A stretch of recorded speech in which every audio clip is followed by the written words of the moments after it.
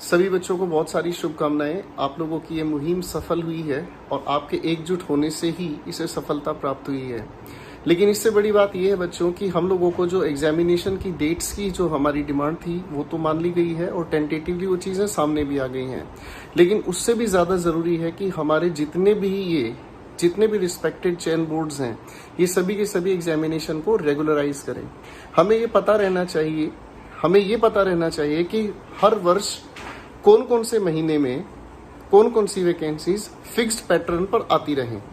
हमारे लिए बहुत ज़्यादा ज़रूरी है। जिस तरह से एनडी और सीडीएस के एग्जामिनेशन का हमें टाइम बिल्कुल फिक्स पता होता है दोस्तों, ठीक उसी तरीके से हमारे सारे के सारे चयन बोर्ड एक सिस्टमैटिक तरीके से काम करें।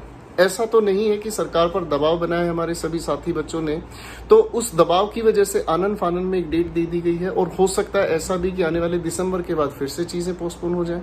तो हमें इस चीज़ पर बड़ा ध्यान से काम करना होगा और हमें अपनी सरकार के संज्ञान में इस चीज़ को लाना पड़ेगा कि इन सभी के सभी बोर्ड्स को रेगुलराइज करने के लिए आदेश दें और ये बड़े सिस्टमैटिक तरीके से चीज़ों को आगे बढ़ाते रहें।